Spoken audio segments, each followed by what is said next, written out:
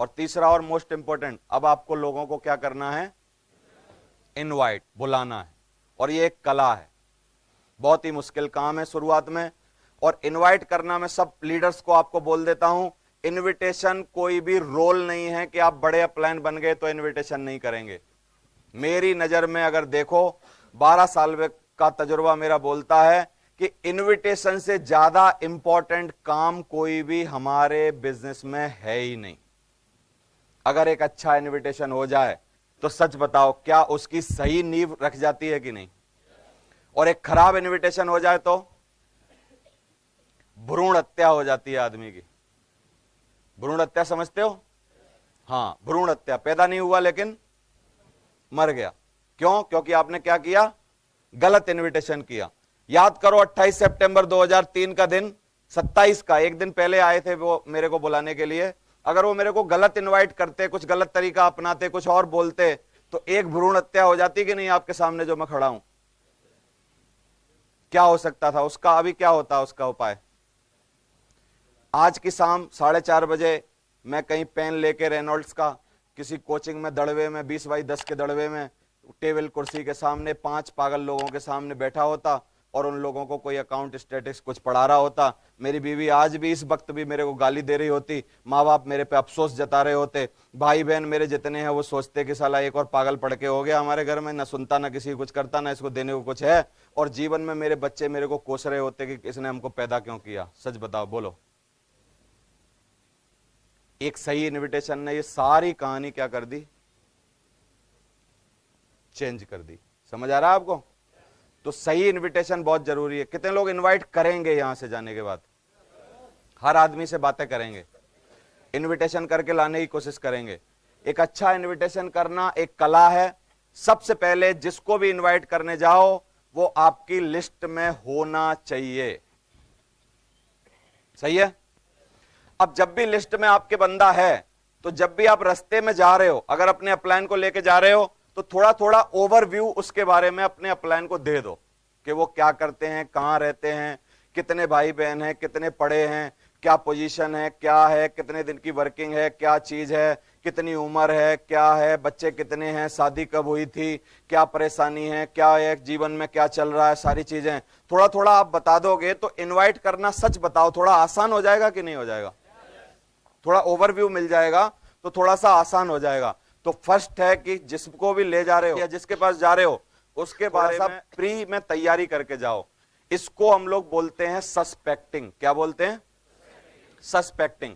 Suspecting का मतलब है जो भी हमारा प्रोस्पेक्ट है उसके बारे में थोड़ा सा ज्ञान अगर हमको पहले से है, हमने थोड़ी तैयारी की हुई है, तो इसका मतलब हमारी सस्पेक्टिंग अच्छी है तो प्रोस्पेक्टिंग भी अच्छी होनी है। अगर हमारी सस्पेक्टिंग सही नहीं है तो प्रोस्पेक्टिंग भी सही नहीं होगी। समझ आ रहा है? तो सस्पेक्टिंग मतलब जानबूझ के तैयारी करके जाओ, थोड़ी सी ओवरव्यू लेके जाओ। फिर जब जाओ तो सबसे पहला सवाल उनको पूछो कि भाई साहब कैसे हो, ठीक ठाक हो? और सबसे पहला पूछो कि कल या संडे को या इतवार को सुबह 10:30 बजे क्या कर रहे हो। क्लियर द नाइट करो, मतलब टाइम लो पहले। अब 2 तरीके के जवाब आएंगे। एक बोलेगा आदमी कि जी इतवार को बिजी हूं, तो अब आपका सवाल क्या होना चाहिए कि सर बहुत ज्यादा इंपॉर्टेंट चीज है जिसमें बिजी हो या कोई नॉर्मल चीज है कि जिसमें बिजी हो। फिर जवाब 2 आएंगे, बोलेगा या तो बहुत इंपॉर्टेंट चीज है जिसमें बिजी हूं, अगर बहुत इंपॉर्टेंट आपको लगे, बहुत जरूरी है, तो अब अपनी बात बंद कर दो। समझ आ रहा है आपको? जैसे वो बोले कि नहीं नहीं मेरी मौसी हॉस्पिटलाइज्ड हैं और मेरे को क्या है, मौसी को सेवा के लिए जाना पड़ता है, खाना वाना मेरे को ले जाना पड़ता है, बड़ी क्रिटिकल कंडीशन है, उनको कैंसर डिटेक्ट हो गया है और ऐसे ऐसे हो रहा है और 7 दिन से हम लोग अस्पताल में हैं। अभी आपके हिसाब से सिचुएशन कैसी है? क्रिटिकल है, नॉर्मल है? क्रिटिकल है ना? तो अब क्रिटिकल पोजीशन में, क्योंकि उसके दिमाग की स्थिति कुछ और है अभी, तो अभी आप कुछ भी पेलोगे, उसको समझाने की कोशिश करोगे तो वो खराब हो जाएगा। तो क्लियर द नाइट जो पहला क्वेश्चन है वो इसलिए है क्योंकि जब आप उसकी स्थिति आपको पता चल गई तो अभी आप स्टॉप हो जाओ, अब कुछ मत बोलो। अब जाने के लिए कुछ तो बोलना पड़ेगा, वापस जाना है तो उसको बोलो कि सर मैं चाहता था कि आपकी जिंदगी में कुछ एक बाहर आए, रोशनी आए, कुछ एक नई चीज आपको मिले, लेकिन क्योंकि अभी कंडीशन मेरे को पता चल गई तो मैं माफी चाहूंगा। 7 दिन 10 दिन बाद जब आपकी माताजी की थोड़ी तबीयत सही हो जाएगी, थोड़ा सा अच्छे हालात हो जाएंगे, फिर हम लोग दोबारा से मिलते हैं। तब तक के लिए मेरी शुभकामनाएं, उनकी जल्दी तबीयत सही हो। और मेरे को भी अगर मौका मिला तो मैं जरूर अस्पताल में एक बार उनको दर्शन करने के लिए, आशीर्वाद लेने आऊंगा। मेरी बात समझ आ रही है कि नहीं आपको? आ रही है? तो क्लियर द नाइट किया तो हम आगे की तकलीफों से बच गए। कई लोग क्या करते हैं, गोली भर के जाते हैं, तैयार एकदम 7 लोड करी हुई हैं, और कुछ नहीं पूछते। उसने कहा, अरे फ्री हो, टाइम वाइम है, रहोगे जिंदगी भर। तुमने ना पहले कुछ किया, ना अब किया, ना कुछ करोगे कभी। एक लो पकड़ो ये इनविटेशन कार्ड और 10:30 बजे सुबह आ जाना, वहां मीटिंग में बहुत जरूरी है आना, वहां सब लोग आते हैं, वहां जरूरी है आपका आना। ना उससे कुछ पूछ रहे, ना उसकी स्थिति कैसी है, एकदम लोड करके गए, चढ़ गए जाके। और कानपुर में तो ऐसा ही है, बिना रोके थामे चढ़ जाते हैं। समझ आ रहा है? तो ये चढ़ना नहीं है। Clear the night. आप पहले पूछो कि समय है कि नहीं है, जब जवाब आए तो आगे बढ़ो। अब दूसरी सिचुएशन, जब आपने पूछा कि फ्री हो कि बिजी हो और जवाब आया जी फ्री हूं, अब आप बात आगे बढ़ानी कि सर एक बहुत ही इंपॉर्टेंट चीज है जो मेरे को जल्दी पता चली है। मैं एक बहुत ही अच्छी एकेडमी में आया हूं, उस एकेडमी ने सर्वे किया है और वो टीचर्स को बुला रही है। अगर आप टीचर के पास गए हो और जैसे ही भाई साहब मेरे को लगा कि वो टीचर को बुला रही है, और टीचर का जैसे ही उन्होंने बोला कि टीचर को लाना, भाई साहब आपके बिना ना मेरे दिमाग में आपके अलावा कोई नाम ही नहीं आया। मेरे को लगा अगर दुनिया का सबसे बेहतरीन कोई टीचर है तो मैं एक ही भाई साहब को जानता हूं, वो है मेरे साहब ये वाले। तो सर मेरे को लगा कि 2 टीचर को ले जाने का मौका है, तो एक टीचर आप हो, तो मेरे को लगा कि आप मेरी बात तो कभी टालोगे नहीं, तो मैं आपके पास आ गया। 10:30 बजे कल सुबह संडे को, बिल्कुल फ्री में, कोई पैसे नहीं लगेंगे, कोई पैसे नहीं लगेंगे। बात करते करते 3-4 बार बोलना है, ये बड़ा साइंटिफिक है। जितनी बार आप बोलोगे कोई पैसे नहीं लगेंगे, वो गिरता ही जाएगा आपकी तरफ, क्योंकि पैसा के बिना ही गिरता आदमी। समझ आ रहा है? कोई पैसे नहीं लगेंगे, कोई पैसे नहीं लगेंगे, कोई पैसे नहीं लगेंगे, बातें करते करते बार बार बोलना है। तो सर 10:30 बजे कोई भी पैसे नहीं लगेंगे। और टीचर्स को वहां पे बुलाया गया है, एक बहुत बड़ा सर्वे हो रहा है और वो बता रहे हैं कि टीचर्स अपनी जिंदगी में किस तरीके से अपनी जिंदगी बेहतरीन बना सकते हैं। तो सुबह 10:30 बजे संडे का टाइम है, तो मेरे को लगा कि आप कभी मना नहीं करोगे। सर ये इन्विटेशन कार्ड मैं आपके लिए लाया हूं, कल सुबह 10:30 बजे का टाइम है, तो 10 बजे मेरे को आज्ञा दो कि कल 10 बजे मैं बाइक लेके अपनी आ जाऊं कि आप खुद आ जाओगे। बोलो क्या बोलेगा? है ना? खुद आ जाओगे, या बोलेगा या लेके आ जा यार, मैं खुद चलता हूं तेरे साथ, मेरी गाड़ी खराब है आजकल, 10 बजे सुबह आ जाना। तो जैसे बोल के आओ कि आ जाऊंगा, तो फिर फोन नहीं करना, 10 बजे जाके हॉर्न बजा देना उसके घर पे। चलो सर, समझ आ रहा है कि नहीं? कई बार लोग बड़े शक में होते हैं, कह रहे अब मैं फिर फोन कर लेता हूं, भाई साहब उठ गए कि नहीं, नहा लिए कि नहीं, तैयार हो जाओ। अरे सब तेरी जिम्मेदारी है कि तू पहुंच जा 10 बजे, नहीं नहाया हो उसको तैयार कर। नहीं सर आजकल इतनी ठंड में नहाने की जरूरत नहीं, पन्नी लगा लो ऊपर, में छिड़क देता हूं पानी, हो गया काम खत्म। बोलो चलो हो गया काम खत्म।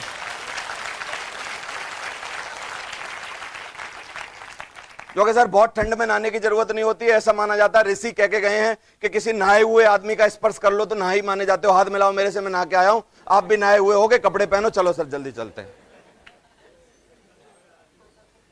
नहाए हुए आदमी का स्पर्श करने से ठंड में आदमी नहाया हुआ माना जाता है। तो जाओ और उसको लेके आओ। लेके आने का वादा किया है तो लेके आओ, खुद आने का वादा किया है तो उनको सुबह बोलो कि सर आ जाओ, इंतजार कर रहा हूं। 2 ही पास मिले थे, मेरी बहुत सारी इज्जत है, मैंने आपको बुलाया है, मुझे लगता है कि आपको इसमें आना चाहिए, आपकी जिंदगी बेहतरीन होगी। हमेशा उसकी इंपॉर्टेंस, थंब रूल है एक इनविटेशन का, अगर आपने उसकी इंपॉर्टेंस दिखाई कि तेरी बड़ी इंपॉर्टेंस है इस मीटिंग में, तो आएगा। अगर आपने उसकी इंपॉर्टेंस नहीं दिखाई तो कुछ भी कर लेना, नहीं आएगा। थंब रूल है इनविटेशन का। मैं आपका रिश्तेदार हूं, मान लो मैं आपको इनवाइट करने आया हूं, मेरे भाई की शादी है, मैं आपको बोल रहा हूं कि आप आ जाना और देख लेना, नहीं भी आओगे तो कोई बात नहीं, तुम जैसों को बुलाने की जरूरत भी नहीं है। इतना कौन सा तुमने वो कर दिया। मैं तो गली से निकल रहा था, मेरे को याद आई एक मेरा यहाँ भाई भी रहता है, तो मेरे को लगा लाओ भाई की शादी है तो दे ही देते हैं इनको भी कार्ड, वैसे तो क्या है, देख लेना सर आएगा। अब दूसरा देखो, मैं बोल रहा हूं कि भाई साहब गणेश जी भगवान को कार्ड चढ़ाने के बाद मंदिर में जैसे ही पहला कार्ड चढ़ाया, दूसरा नाम मेरे दिमाग में आया कि मेरे मौसी के भाई हैं, सबसे बुजुर्ग हैं हमारे खानदान में, इनसे बड़ा कोई हो ही नहीं सकता, और इनका तजुर्बा इतना, शादियां इतनी करी हैं इन्होंने, एक बार अगर आके खड़े हो गए, मेरी पीठ थपथपाती तो बहुत बढ़िया शादी होगी। और भाई भी कह रहा था कि अगर वो भाई साहब नहीं आए तो मैं घोड़ी चढ़ूंगा नहीं, तो मैंने सोचा कि मैं सबसे पहले आपके पास आऊं, आपका आशीर्वाद लूं। तो भाई साहब लो, आपके छोटे भाई की शादी है, उपस्थित होना, तीनों दिन आना। बोलो क्या बोलेंगे? क्या थंब रूल है इनविटेशन का? You have to show his importance, है कि नहीं? आपको उसकी इंपॉर्टेंस बतानी है। You are the very important of this meeting. समझ आ रहा है कि नहीं? अगर आप ये अनुभव करा पाए, आदमी रुक ही नहीं सकता, आएगा। समझ आ रहा है?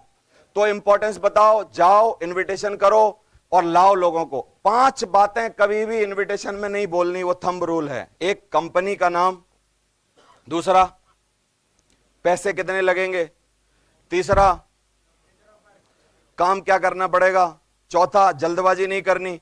पांचवा, रिक्वेस्ट करके नहीं लाना। सही है? ये कुछ लोग कैसे इनविटेशन करते हैं, गलत इनविटेशन, कि भाई साहब 8,000 रुपए हैं तुम्हारे पास? कि नहीं, बताओ क्या काम है? कि नहीं, वो 8,000 हो तो 1-2 सूट खरीद लेते और 2 आदमी बना देते और थोड़े दिन बाद 40 लाख रुपए आ जाते। अब ये बताओ, प्लान में ला रहे हो तो 1.5 घंटा हमारे लिए बताने को छोड़ा क्या है तुमने? अब हम क्या बताएं जो रह गया है? सबसे शॉर्ट प्लान है 2.5 लाइन का। 2.5 लाइन ही तो बोली है मैंने। 8,000 रुपए दो, 2 आदमी लाओ, 40 लाख कमाओ, बात खत्म। अब क्या है? कितने लोग मान जाएंगे? कंफ्यूज हो जाएंगे ना। इसलिए आपको प्रॉपर 1.5 घंटे की पूरी जानकारी देनी है, तो ये सब बातें नहीं बतानी। दूसरा, इनविटेशन पर थंब रूल है कि कभी भी इनविटेशन के टाइम पर चाय बिस्कुट के चक्कर में नहीं पड़ना है।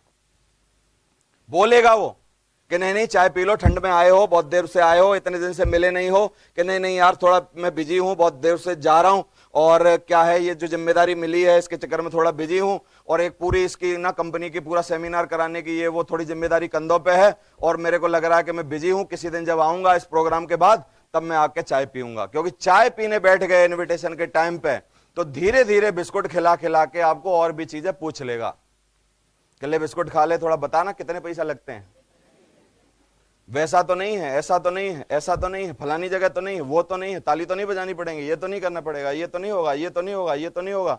3 मिनट के अंदर मैक्सिमम इनविटेशन खत्म हो जाना चाहिए। कितने? 3 मिनट। समझ आ रहा है?